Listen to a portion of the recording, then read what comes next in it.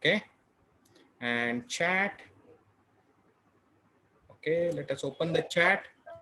Excellent. Okay, good. Let's get started. Good morning, good evening, depending on where you are, and maybe some might be late evening also. So, yep, and let's get started. So excited to start the first lecture. Yeah. Good evening, sir. Yes. Good evening. Good evening. Hello, sir. All right. So what I guess is I'm going to mute all of you. Your voice is breaking. Yeah. Let me mute all. Okay, so now only my audio will be streaming, and I hope it will be better. Okay, so you can give the feedback on chat. Okay, I will talk slowly if it is breaking. All right. Good night. Okay, so what we are going to start today is we are going to start with looking at blunders, and as we sometimes discussed, right, or last week, that most of the games that happen, most of the games are decided at your level or even at several levels above you. They are decided due to blunders, and it is not that only one side commits blunders. Actually, both sides commit blunders, and by oh, voice is breaking, is it? Let me just give me 1 second. It's your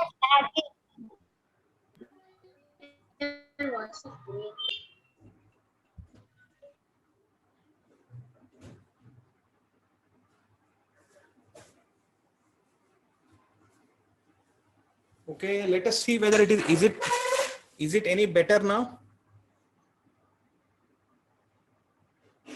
Are you able to hear me better? Yes, sir. Good. Okay, fine. So let us A get little, sir. good.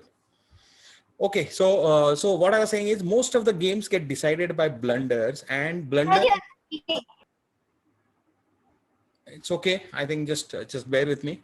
So most of the games are decided by blunders, and they are done by both sides. And normally what happens is whoever commits the last blunder, that guy or that person, he or she, or ends up losing the game. So all of you, if you have looked at your games, you will find that there are a lot of blunders. Okay, and by blunders we mean big mistakes, not small mistakes. Okay, and that happens. I also make blunders. World champion also sometimes makes blunders, but the frequency is much less, right? So what we are going to look at is we are going to look at slightly more in detail on blunders, and we'll see what are the three types of blunders that happen, so that we classify it, so that we understand it, study it, and then hopefully we try to eliminate those blunders or reduce it. We may not be able to make it zero, but we may be able to reduce it, right? So for that, first we have to analyze it, and we have to see what are the causes or what are the three main types of blunders. So let us look at it. So what kind of blunders? See, it might happen that you are overlooking your opponent's threat. Okay, opponent has got a threat, sometimes as serious as a checkmate. But if you don't see the threat, obviously you are not going to respond to it in your move, right? You will be able to respond to it only if you have seen the threat. So first type of blunder occurs when you fail to see the opponent's threat. Okay, and then you carry on your move. Okay, and then obviously then the next move, if you are not defended against the threat, that threat materializes, and that threat materializes, and then opponent carries out the threat. So this may happen. Okay, what is the second type of blunder is maybe it is not that your opponent's threat you have not seen, but you have not looked at the best opportunity or threat from your side. If you are to move, let us say, suppose if it happens that you could have given a checkmate to the opponent's king and your turn to move, but you did not see it and you play some other move, then obviously the game will continue, and next move you may not get a chance after that to checkmate, right? So in which case again you could have won the game, but now you didn't because you missed it, right? So you can miss your best opportunity. So first is opponent's threat you may miss. Second is your own opportunity you may miss. Your opportunity will normally be a threat to your opponent, right? Because you are playing against each other. So what is your opportunity is opponent's threat. Opponents and what is opponent's opportunity is your threat against you, right? So actually it's okay. I will turn off my video so that it is the audio at least will be better. Anyway, it is not. So fine. So okay, then what is the third type of blunder? Third type of blunder is you may have some plan in mind and because of which you are making a move, but after that your opponent is going to yeah, I have stopped the video, so I think now it will be better audio. Just check, just hold on for a minute and see. Okay, so okay, so the third type of blunder is you make your move. You can't hear me at all? You can't hear me at all? Or it is only one? Sir, I can now hear, but it's hear better. Okay, so I think see, there is a thing that It's just breaking in the middle. network, so I have stopped my video, but it may be also that there may be an issue at one of your end also, some one of you. So just bear with us this one and continue. Unless if all of you can't hear me, then do point me. If multiple people can't hear me, then definitely there must be an issue. Then I will see, but otherwise it's okay. Let us continue. Okay, so what I was saying is there is after you make your move, opponent also is going to make a move. So you need to, while making a move, you also need to be sure whether it is a safe move.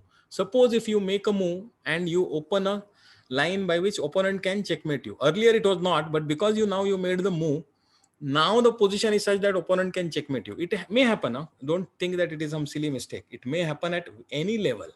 It may happen. There are examples. So you have to be careful. So that may happen. So what that happens is you overlook your opponent's response to your move, threat or plan or move, whatever you do. After that, he is going to play. So you have to also think from that perspective. After you make a move, what is the position and whether opponent can make any big threat, right?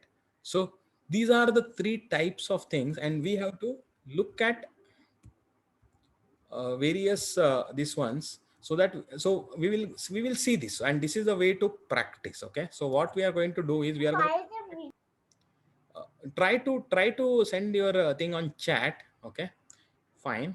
So now let us look at this first position. Okay, and let me increase the size so that you can see it much better. Okay, now this is the position.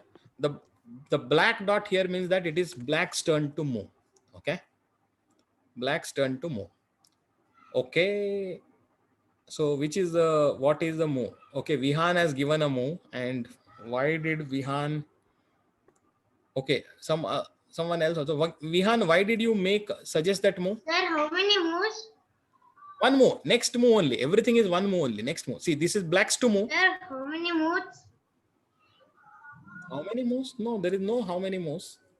It is now Vihan has suggested bishop g6. Vihan, why did you suggest bishop g6? Why did you play bishop g6? Because it blocks checkmate.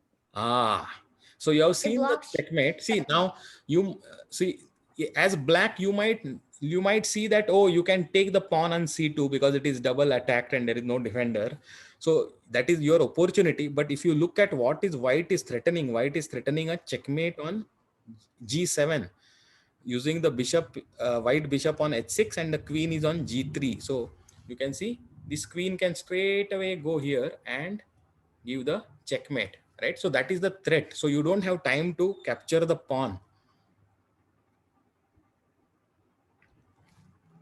Okay, so that is the threat. So bishop g6 is the right move. Knight c2 is not the right move because you are getting checkmated if you play knight c2, right? Queen g7, next move is checkmate. So that is okay. I'll just check.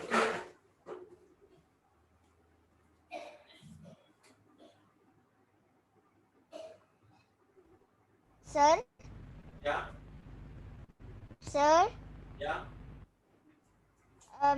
Now your screen is very blurry. Yeah. It is going to become better. Just hold on. Just hold on. Okay, fine. Now, so you look at it now. Horse or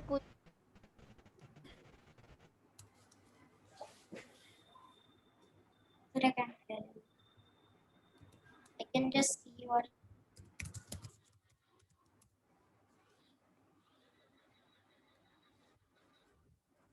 Okay, so It's really blurry for me also.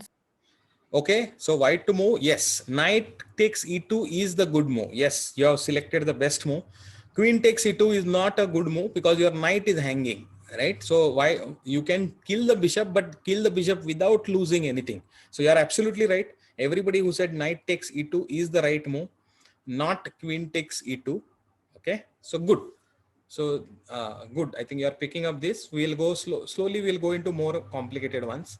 So now let us look at the next one. Okay, let's look at the next one. Okay, this is white to move. White to move. Number 3. White to move.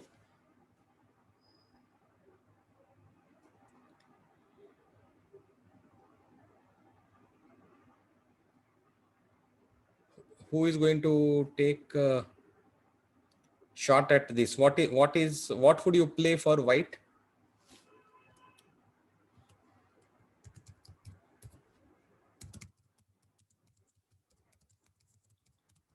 Try to give your move for white.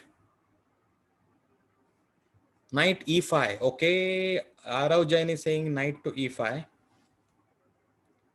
Okay, blunders I had ABCD I had explained. ABCD is how to deal with a threat. See, if you go back to your this one, or did I tell or not? Okay, maybe I will tell. ABCD is a way of dealing with the threats.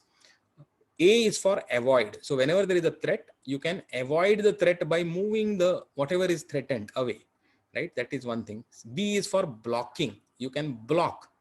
Okay.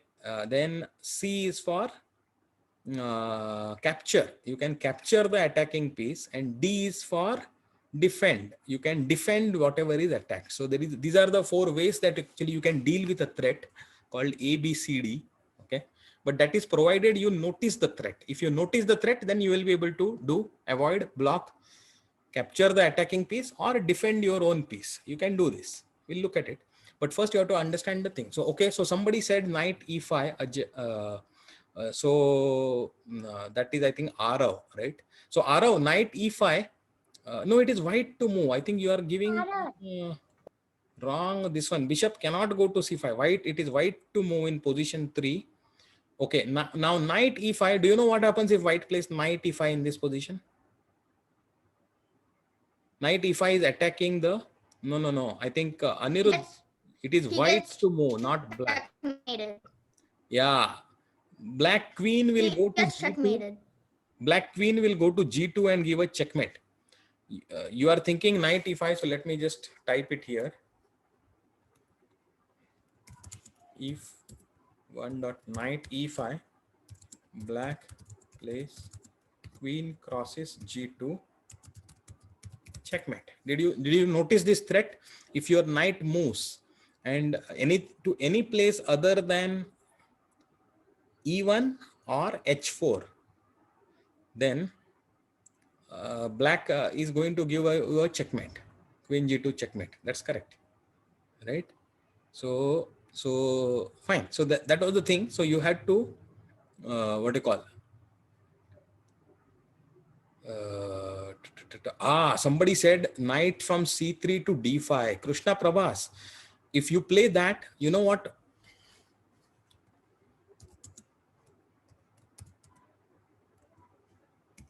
So he can try to kill my knight, and then I can kill it.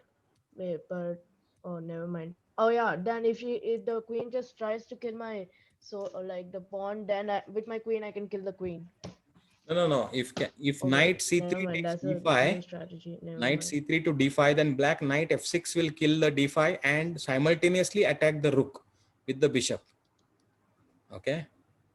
So Yes, ma'am. yeah. Yes. So knight c3 to d5 is also a bad move. It's a blunder because you will not be able to exchange back the knight. If you exchange back, then the black will take with the bishop. He will take the rook plus 2 points, right? Bishop is worth 3 points. Rook is worth 5 points. He will be very happy to exchange his g7 bishop against the a1 rook, right? So that is why I'm saying that Look, look at these positions.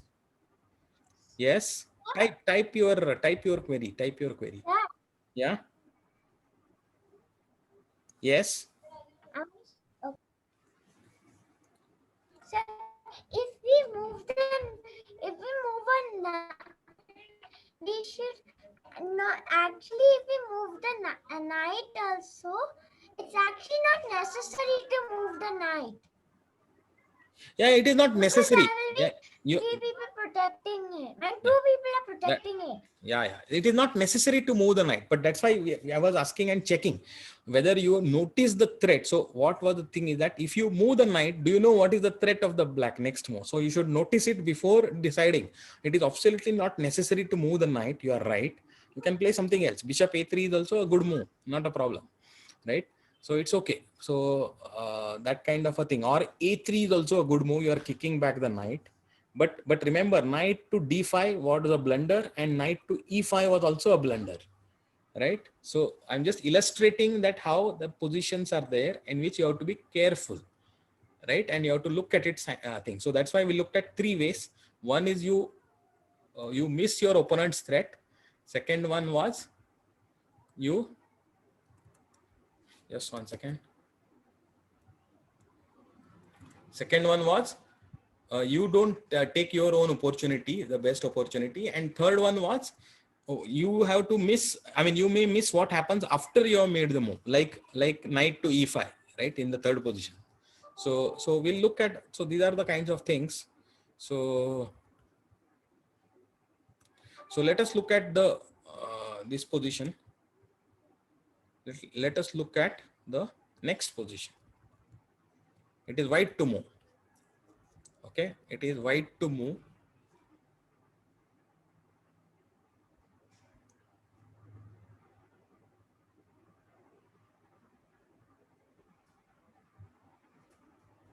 Can you, what do you think white should play? Or what do you think will try to give your move?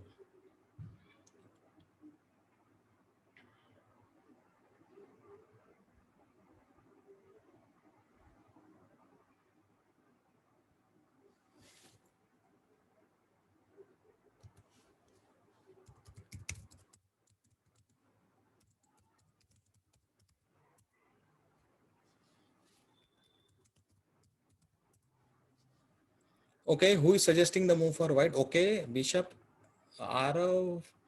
I think you are probably suggesting the previous knight c2 is not possible. Sir, Yeah. sir, Yes. sir, uh, we can move the elephant from f1 to e1. F1 to e1. Okay, somebody is saying queen to a4. Someone is saying rook f to e1. Okay, let us see what happens in both the cases.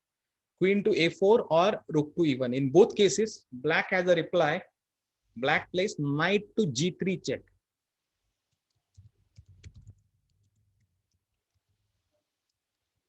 Okay, now what happens after the knight gives the check? It's a knight check, so you cannot block it. You can only capture the knight or you can move the king. Is there a place to move the king? No, because the g1 square is attacked by the black bishop. So king has no other square to move. So now what is the thing? You can only capture the knight. So there is no bishop g1. No, that is not. So knight to g3 check, h crosses g3. Pawn has to take the knight. And do you know what happens after that? Not bishop to g1. No. After that, queen to h6 is checkmate.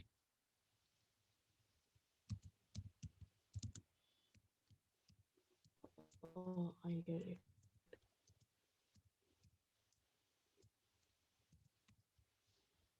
There is absolutely no defense that white has.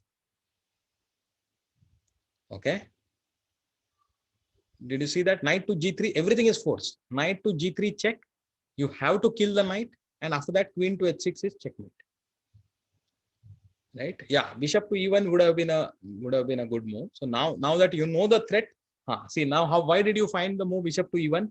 because now you see that, oh, the knight is jumping to g3, so maybe I have to prevent it, and I don't want to kill using the h pawn.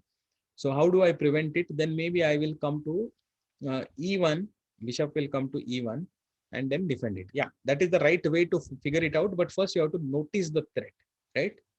So queen d3 is Sir, also but an, if the sir, yeah. it cannot be a checkmate, sir. Because if the horse go to g3, we can use the pawn to kill it. And queen h6 after It that. won't be a checkmate. Queen h6 after that. Like you can kill the pawn. What pawn? Yeah, Queen you can. h6. Queen h6 check after If the that. the no h2, What h2? Knight to g3, h takes g3, queen like h6. if the You put this position and you will understand. Knight to g3, h takes g3, not the h file is open. h6, Queen sir. h6. If the No, you are not saying. You type your response. Don't just say it, because you are not saying what is the move. no, H like takes when g3. the No, rook e1 is also the same thing. Rook e1 is also the same thing. What do you do? So bishop e1 is a good move. Rook e1, no. Rook e1, same thing. What are you saying? Rook e1, knight to g3 again. Rook e1 is a blunder,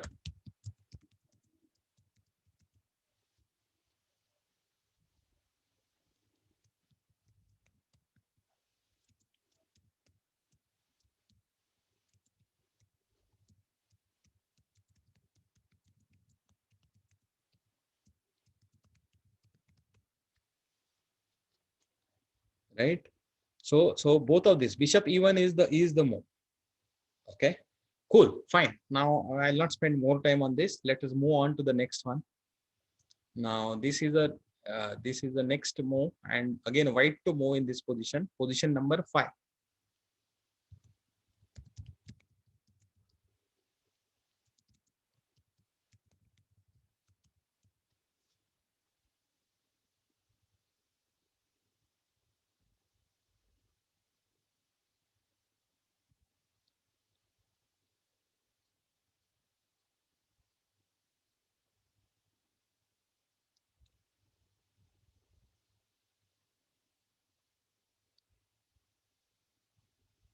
You are Vihan, you are right. And what are you going to do?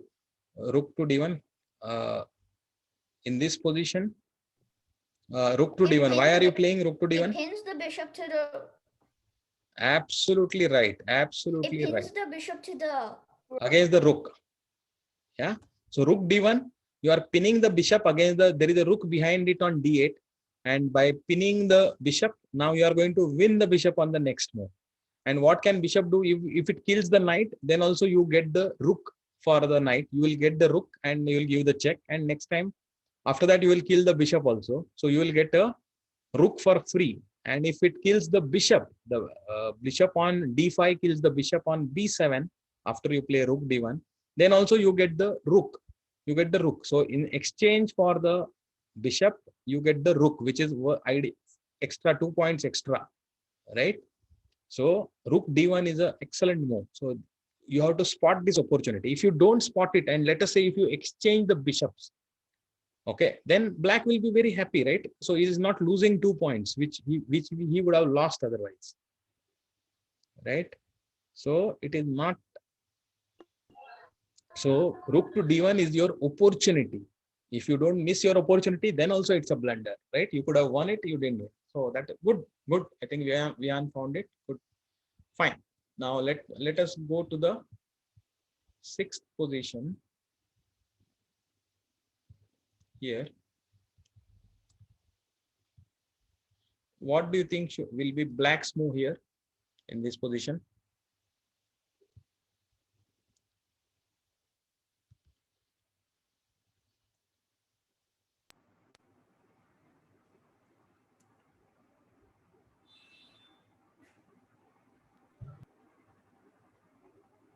Queen to b2. Okay.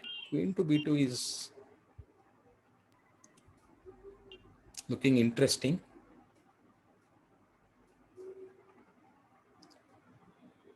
Anyone else? Sir, I didn't understand correct. Sorry? Sir, if the Knight to f4. Okay, somebody is saying knight to f4.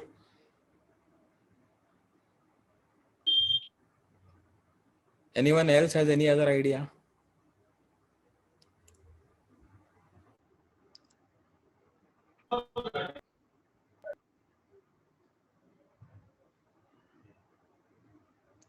Okay, what Krishna is saying, it's a blunder for queen to b2. What is the thing? What is the blunder?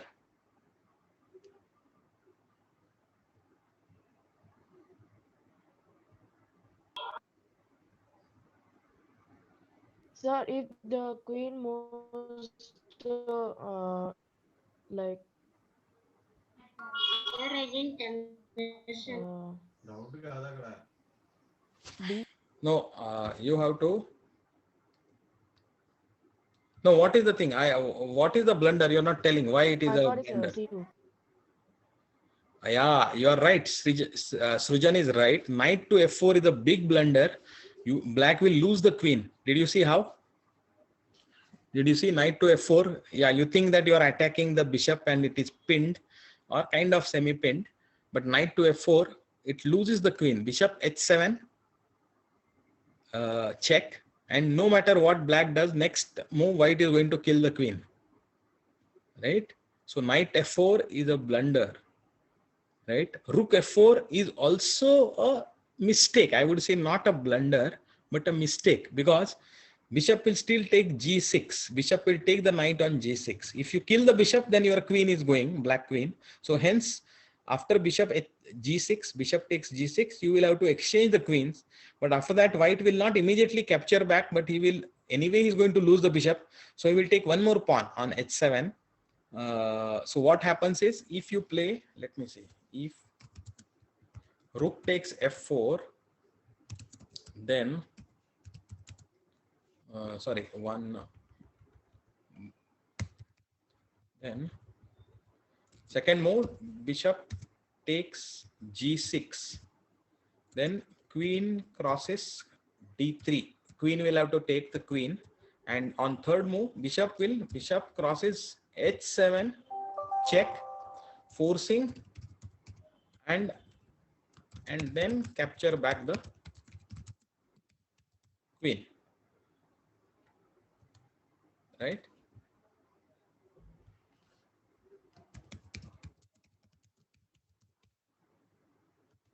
So if if black plays rook to f4, then also it's not like a big blunder, but still it's a mistake, because black is losing a pawn after the exchange of the queens and the bishop and the knight. Okay, so it's a minor blunder, you can say, but it's still a blunder. So you have to be aware. And knight to f4 is a big blunder, right? So it may happen. See, whole idea is that all of us, we have to be able to reduce our blunders by actively looking at these things. Okay, so that is what we looked at. So I'm not going to look at the last three positions. You can look at it yourself. Okay, and see each one of them. There is a white to move, black to move, etc. But now what we will do is, now how do we avoid the blunders, right? Now that we have seen various how blunders happen and various types of blunders, so what is the solution for this, right? There is no easy solution. Okay, because if you were to stop making blunders, you will automatically become almost like a grandmaster. Okay, if you don't make blunders. Okay, but the whole point is that I think it is very difficult to eliminate all blunders. So here is a simple tip for you, but you have to practice this a lot. Absolutely practice this. Okay, when your opponent moves, look at all the direct and indirect threats, if any, from the opponent. So look at what check he can give, what capture he can do, opponent next move, what is the other thing, etc. Whether he can queen the pawn or any other, he will give a fork, etc. So try to look at all the direct and indirect threats, because most of the time blunder happens because you don't see the opponent's threat. Okay, if you see the threat, then you can at least most of the times you can defend against it. So first is to train your eyes, and more than your eyes, train your mind to look at all the possible threats that the opponent can do on the next move, not like 10 moves down. Like, I'm not asking you to become a Kasparov or a Carlson or an Anand who can see 10 moves ahead.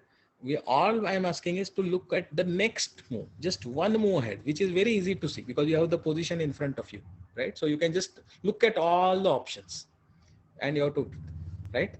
So look at all the options. And then the second thing is that when you choose your move, okay, you have chosen a move, suppose.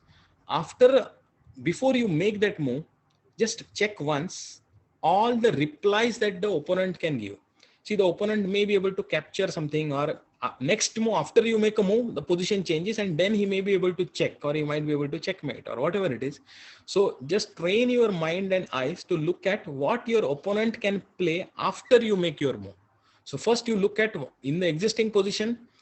If you don't do anything, what not black means what is the opponent will do. Second is that after you do something, then also what he or she can do. Sir, I didn't understand threats. Threat is anything like it is a threat. If your knight is attacked, and now that is a threat, because the opponent is saying, I am going to capture your knight, or I am going to capture your pawn, or a bishop, or whatever it is, right? Or I am going to give you a checkmate. That is a threat. Threat is like, obviously you understand it, I'm sure. So threat is anything which is of danger to you, right? Which may happen. That is a threat. Okay. So these are the ways to train yourself and then do it. So if you look at the first one, what are the possible threats of the opponent? Look at it, direct and indirect. And second is, after you choose your move, learn to look at all the possible replies of the back, because sometimes because the position changes after you make the move, so something what you didn't expect earlier now becomes possible and you miss it, because earlier it was not possible because you had not moved, but now you have moved, again position has changed, right? So sometimes you create weakness by moving. There was no weakness earlier, but you create a weakness, like in one of the positions we saw knight to e5. Knight to e5 allowed queen to g2 checkmate, which earlier the queen could not do it. But now you moved the knight and opened the diagonal, right? In the one of the positions that we saw. So this way it happens. So I have given some more homework assignment for you. Let us see who does. There are some probably 9 positions, and each one of them, right? What is your best move, and whose turn to move? I have given indicated for every position. I have indicated, right? If this means white to move, and this means black to move. So every position I have indicated. Try to put down and put what is your position, right? What is your best move after looking at threats, opportunities, everything, and the about tips that I said. Try to write your move there. What is only one move? Okay, whichever is white or black, just write there and see. Let us see when maybe you can send it on WhatsApp to me, the scan of your answers, and we'll see whether you have seen the thread. After that, I will send the answers to this. Okay. So this is a very, very important, though it looks very simple, but the blunders, eliminating blunders is one of the biggest tasks for anybody who wants to become a expert in chess. So spend a lot of time on this, and it is not easy, but you have to do practice. You have to systematically train your mind and your eye, then only it happens. Okay, good. So pretty much that is what we have come to the end of it, and I think you have your practice arena starting now. So I'll be stopping the recording now, and